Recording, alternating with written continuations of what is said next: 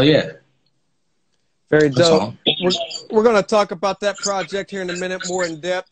After the Pharcyde situation, when did you link up with Tommy Boy, and at what point was Fat House Productions formed? Okay, well, I formed Fat House like shortly after I finished the album with Bizarre Ride, and my first production deal with Fat House was with Delicious Vinyl for the Wascals. I had money I got an administration deal. Like the Pharcyde, they went ahead and did their own co-publishing thing, whatever they did. I held out. I remember EMI was like, well, why do we need you? We got the group. Okay. A few months later, Pass Me By started blowing up. They called me. Boom. And so I got my first big check, like $98,000 something. And so I took that and I got my apartment and I invested in, and I beefed up my equipment and I signed the Wascals and the JazzyFatNastees. And I started, recording, and Lamar, who was the A&R in Delicious, he came on and he partnered up with me with Quinton, and we did an appearance on BET. It came to my house. And so the Wascals was there and they was bussing, and then I had the Jazzy sing, and Tommy Boy saw that, and American Recordings. I was in a bidding war between Rick Rubin and Tom Silverman and Monica Lynch. And Rick Rubin, I met with him 3 times. He really was into it, man. But I think maybe I was getting ahead of my skis, but I wanted to own my masters. And I guess that was a bridge he wasn't willing to cross. But Tommy Boy was. So what I did is I licensed my masters to Tommy Boy. So that, okay, I do the Jazzies. I had a 3-act deal, 3 budgets with operating costs. It was like $1.5 million or something like that. Nobody teaches you how to do that. I came out fresh off the Pharcyde, and at 21, I had a $1.5 million deal. It's like, what the hell? You know what I mean? It was crazy. And so I wanted to learn. I mean, I got to give credit to Monica Lynch and Tom Silverman. We went out there and they took us to school. We came in and it showed us about profit and loss. We were meeting with the board, with their marketing and promotion. And so I put out Quinton. Quinton's here to test the waters on how to put out the record. And and then so what happened at that point, the Wascals were kind of, influence is crazy. The Pharcyde was blowing up. The Wascals were like, they're starting to, ego is dangerous. It's like edging God out. It started just not listening to me. And Mike Ross told me this, and I'll never forget it. He said, look, all the groups do that. They just lose it. The loudest one usually is the weakest one, and they get drunk on power. So the Wascals then were like accusing me of giving the Jazzies better beats. The Jazzies were accusing me of giving the Wascals better beats. And I'm like, if you guys just step back and look and listen, there is no, my name, my J Swift, this is what I'm saying. My catalog is beyond reproach, because I will never do this again unless I can do it the way that I make records, because there's so much riding on it for the average B-boy and B-girl. That's how I feel. You know what I'm saying? And so I would never do that. It's like, it seems like they were it became in a race to get fame and money. And I was steadfast. We do this dope and we do it this way. Not to mention there's, mistakes that I didn't, I had a crooked accountant, and, they don't teach you from the ghetto. They don't teach you how to run a label or how to be a LLC, and the pitfalls of having a partnership. Like, one nigga can just take some money out or sign off or something that you didn't, I learned that shit hands on. So the Jazzies, that record never came out. We did a promo single, Favorite Things. I still have that master. to me, that they're great. They were great. I loved making that record. I used to be like kind of down that it didn't come out, but I'm not. Now, you know, I'm older and I just love the experience. And if I enjoy working with you, I could work with anybody. Some people be like, oh, do you like trap? Nigga, I like dope. If I make something and it happens to have that feel, believe me, it's not going to be because of niggas in Paris. You know what I mean? I'm not going to go make niggas in Spain. You know what I'm saying? That's not going to happen. But so it's like I don't have people try to, it's like they, you know, this pocket of, well, I don't like this. I just, look, everyone is invited to the table. I love like when it started getting like my machine, I got, you know, now I'm back on the MPC 1.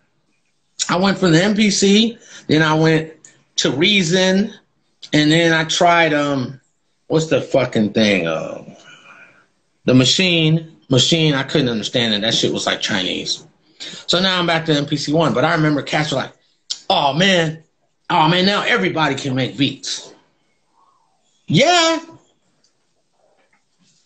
Have y'all read The Gospel of Hip Hop, nigga? KRS?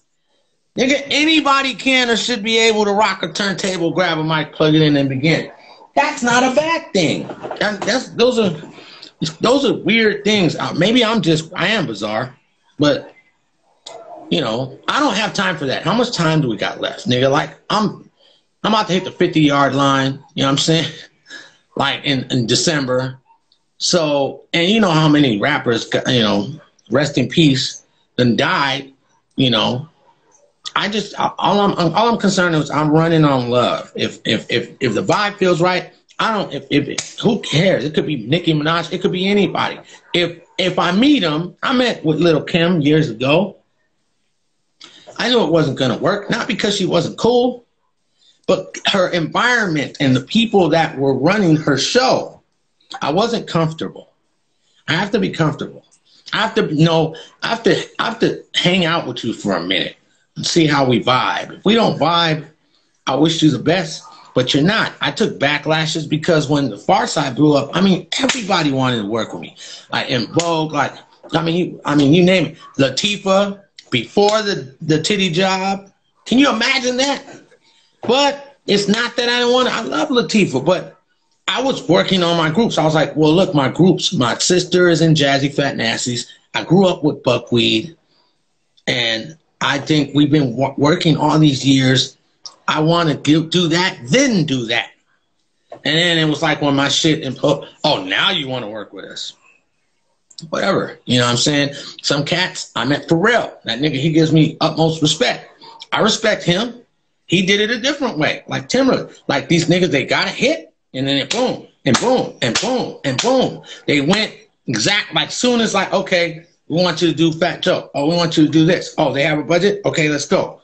And they did great records. Cameron, I love all that shit. I'm not that kind of person. I just don't work that way. That's an afterthought. If I'm not feeling your vibe, sorry, if it was Jay-Z, sorry, man, I'm not feeling you. It's not, I wouldn't even say it. It would just be obvious, you know, like I just can't do it, you know. Even if it was like $1 million, I don't care. And people say that's bullshit. That's not bullshit because I'm rich in spirit. I mean, I understand, you know, I want to make money. I got kids, you know, I have my career. I have things that I'm doing, like my family and stuff. But I'm just not willing to pay that price. Right. You have a lengthy discography. I'm going to highlight some of your greatest creations. Can you tell me some of your greatest memories and maybe what you were going through personally at the time? How did the Prince Let It Go come about in '94? Oh wow, yeah, that one's that was really deep for me. Lamar's cousin Adrian Miller got hired at Warner Bros. He was A&R, and Prince was like at that time he was like in this kind of like war with like Warner Brothers or whatever, but he was open to doing different remixes. I remember QD3. Yeah, he was on slated for that song too. And so I was like, okay, Prince. I'm gonna do Prince. So how do I loop Prince?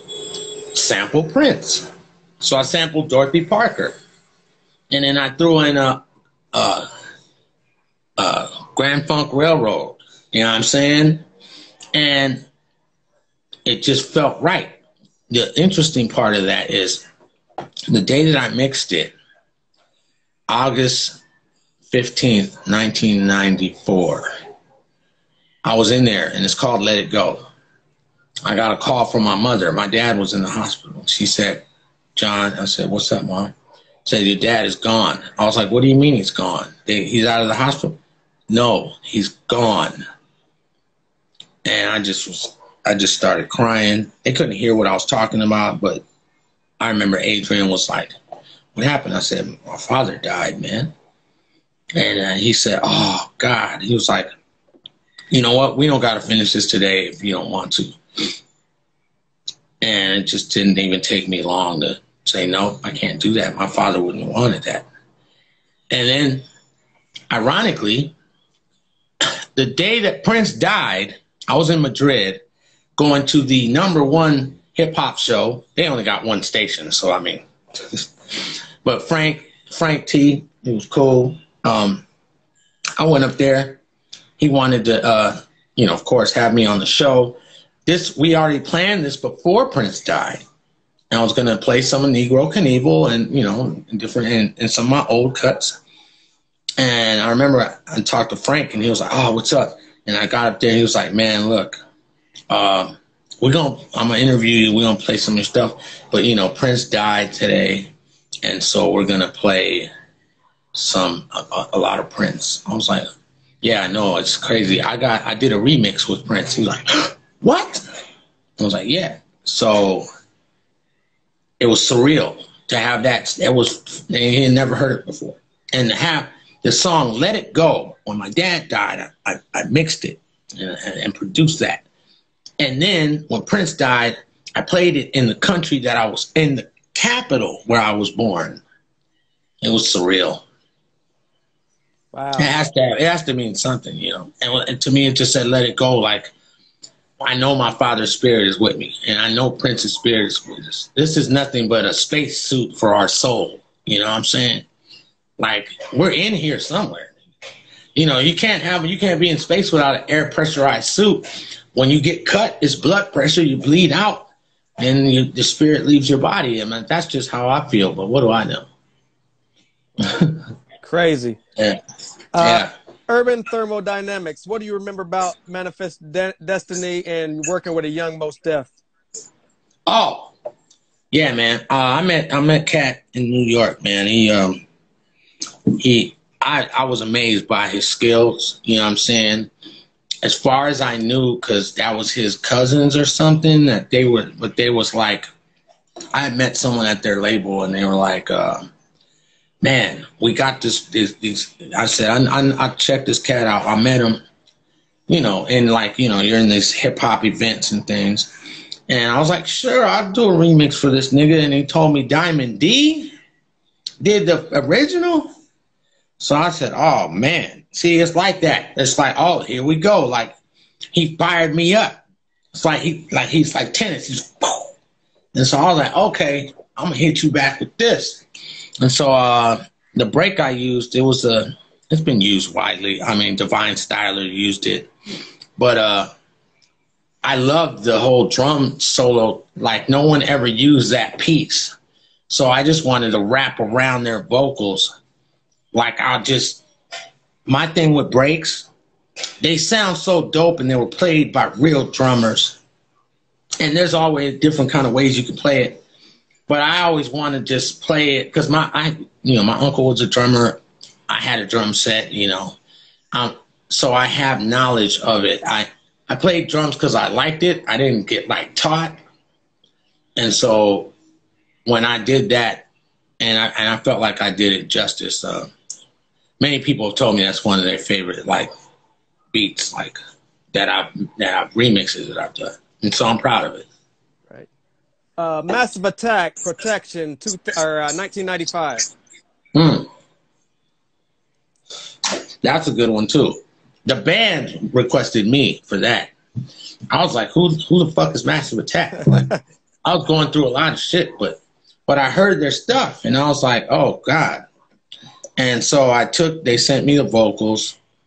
I had this jazz record. Like I said, I wasn't taking, like, it may be to my advantage that sometimes at that time I wasn't really keeping track of the samples because they never found out what that was. But I knew that I wanted to use, when I heard Protection, I had the beat and then I had the loop, and then I started scratching Rakim, Let Me Be Your Angel and I'll Be Your Protection. And it just was great. It just fit in with the drum roll of Eric B. as president. Let me be your angel and I'll be, it just was perfect. It was just like, it was fast. I made that shit in like 10 minutes. Dope. Like for real. Yeah. You talked about the issues with the Wascals, but it seemed you remained friends with Buckwheat. What do you remember about working with him on his debut album? On his solo, The Republican? Yep. Oh, well, what can I say? I love Buckwheat. I love Buckwheat, man. I love him. He's just such a firebrand. Like he went through a lot growing up. Like he was from North Shell. He was too much for his moms. He came over to Ladera in California. It was too much for his dad. I met him. I had my apartment. I was 17. He was like 15. And he was Buckwheat. He was this little, we just started hanging out and we started making music. He started hanging with all of us. In the 90s, when Snoop started blowing up, I mean, at first I thought, no, this isn't happening. The influence was starting to, I won't say it corrupted. It just changed the trajectory of who he was. It started being like with the Wascals. Then it was like West Side Wascals. And then it was like, Thug, like Tupac started. But I just was like, this is not the Buck that I know. That being said, I mean, he's dope. He's dope. So I just wasn't, that's not my type of get down. But that's my nigga. I love him. So I did as much as I could to do what I do best. But that record in particular, it's like I tell you, there's this dark energy that can't be seen. Like the songs are dope. That shit is dope. The nigga's dope. But why? What is it about it that won't let it break through? It's because the energy, it was dark for me. And so then he went on to be Buck 50. And then I did the Buck 50, and that was the darkest record. I mean, that's when I was having my fall from grace. It was dark. Serve the devil, praise the Lord, all this stuff. It was like, I just, and I gave them, and I dig some of those songs that I did.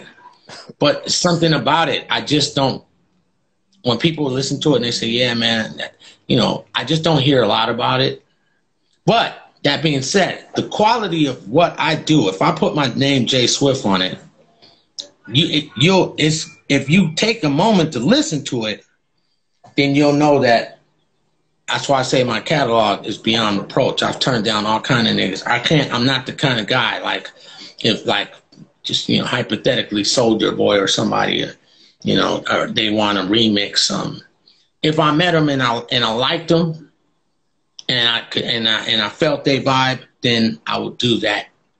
But most of the time, I turned down with projects where people were like, "How are you turning down? Like this is 25,000 or this is?" I'm like, because I have to live with myself after that, and my conscience is like. That shit, it would be, to me, I would be then just like a man who does music. But I'm an artist, and I believe in my art And I'm not going to, my dad told me this. He said, don't ever sacrifice your integrity. My dad he had a band and them niggas was hating on him and shit. You know, because it's like the world, the spirits, just the same battle, different players. Same shit, different toilet. And my dad said, don't ever, my dad would turn down stuff. He would like go, like do like construction or something. Come home, practice his stand-up bass, his flute. You know, one time he played with the Rolling Stones at the Forum. He was part of the musician union, and the bass player from the Rolling Stones was sick. So they called my dad. He lived in Inglewood. We lived right down the street from the Forum.